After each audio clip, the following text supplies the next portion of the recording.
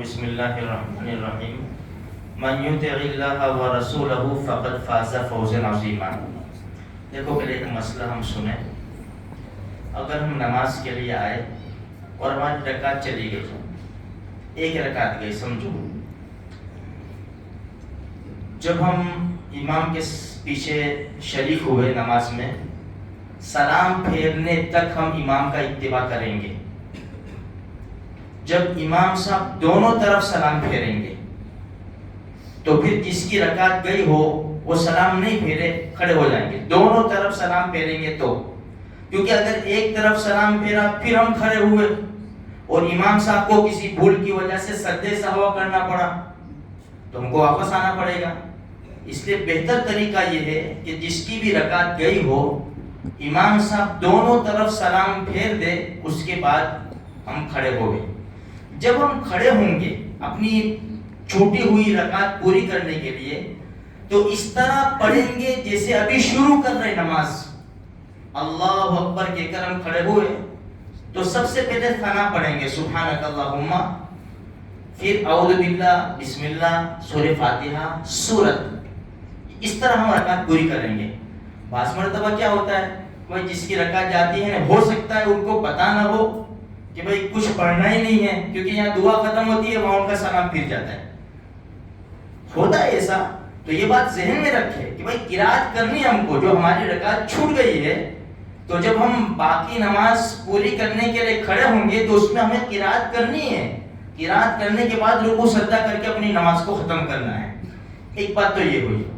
دوسری بات یہ ہے کہ دیکھو نبی کریم صلی اللہ علیہ وسلم کی بات کو ماننا، قرآن کی جو میں نے آپ کے سامنے ایک آیت کا ٹکڑا پڑھا 22ویں پارے کا، من یطع اللہ ورسولہ، جس نے اللہ اور اس کے رسول کی بات مانی، فقد فاز فوزا عظیما، اسے بہت بڑی کامیابی مل گئی۔ کتنی بڑی بات ہے میرے بھائیوں، جس نے اللہ اور اس کے رسول کی بات مانی اس کو بہت بڑی کامیابی مل گئی۔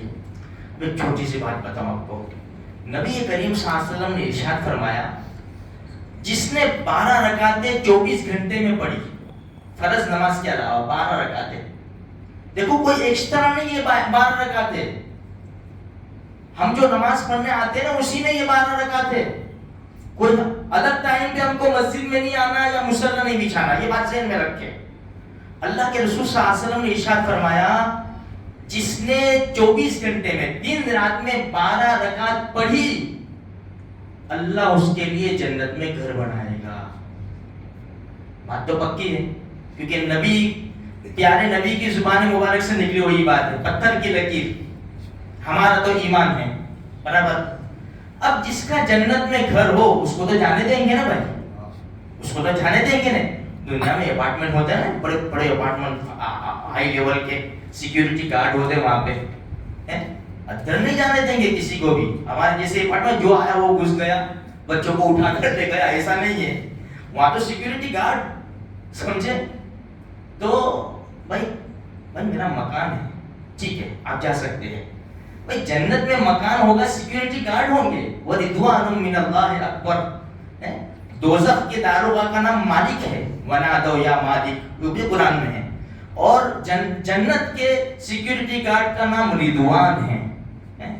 تو جب ہم کو لکھیں گے رضوان تو ویلکم کریں گے، ٹھیک ہے آپ کا تو مکان ہے، جائیے تشریف لے جائیے۔ تو میرے بھائیو جنت میں مکان بنوانا ہے نا ہمیں۔ دیکھو 12 رکعت، اللہ کے رسول صلی اللہ علیہ وسلم نے فرمایا جو دن رات میں 12 رکعت پڑھے گا نا اللہ اس کے لیے جنت میں محل بنائے گا۔ ایک تو یہ بات ہے۔ دوسری بات کون سی؟ شب جمعہ ہے، سورہ کہف تو پڑھنی ہے، سورہ دخان 25ویں پارے میں اللہ کے رسول صلی اللہ علیہ وسلم فرمایا جس نے رات کو پڑھی سارے گناہ معاف، جس نے دن میں پڑھی اللہ اس کے لیے جنت میں محل بنائے گا۔ 25ویں پارے میں صرف 3 رکوع سورہ دخان کے۔ اچھا 12 رکعت کون سی ہے؟ فجر کی نماز پڑھنے آئے نا ہم تو فجر کی 2 سنتیں، ظہر کی نماز پڑھنے آئے تو اگر جلدی آئے تو 4 رکعت پڑھیں گے نا ہم ظہر سے، فرض سے پہلے، جلدی آئیں گے تو پڑھیں گے 4 رکعت فرض سے پہلے، 2 رکعت فرض کے بعد، 2 4 6 ہو گئی۔ مغرب کی نماز پڑھنے آئے، ابھی بھاگیں گے نہیں، 2 رکعت پڑھیں گے نہیں، تو یہ 2 رکعت 10، اور عشاء کی فرض نماز کے بعد 2 رکعت، یہ الگ مصلی بچھانے کی ضرورت، 12 رکعت اسی کے اندر ہے، اسی کے اندر 12 رکعت ہے۔ اللہ کے رسول کی زبانی انعام ہے کہ جنت میں اللہ کا گھر بنا رہے گا۔ اب میرے بھائیوں، پوری زندگی کی پونجی جمع کرتے ہیں نا، 2 روم کچن کا مکان مشکل سے ملتا ہے، پوری زندگی کی پونجی ہے 2 روم 1 روم کی، جس کی جیسی حیثیت، پوری انسان 50 سال کی عمر میں مکان خریدتا ہے، رہتا کتنا ہے اس میں؟ یہ جو مکان کی گارنٹی ہے نا، وہ ہمیشہ ہمیش کی، کچھ پیسہ نہیں لوٹانا، بس نماز پڑھنے آتے اس کی پابندی کر لو، معاملہ ختم۔ تو میرے بھائیوں، جس نے اللہ اور اس کے رسول کی بات مانی، اس کو بہت بڑی کامیابی حاصل ہو گئی۔ ہر معاملے میں دیکھے کہ میرے نبی کی بات کا اتباع ہوتا ہے کہ نہیں ہوتا۔ اگر میرے نبی کا طریقہ ٹوٹتا ہے تو میں یہ کام نہیں کروں گا، اگر اللہ کا حکم چھوٹ جاتا ہے میں یہ کام نہیں کروں گا، میں تو وہی کام کروں گا جس میں میرا رب راضی ہے، جس میں میرے پیارے نبی راضی ہے۔ اللہ مجھے، آپ کو، سارے مسلمانوں کو دین کی زبردست محبت عطا فرماوے اور نیک عمل کرنے کی توفیق عطا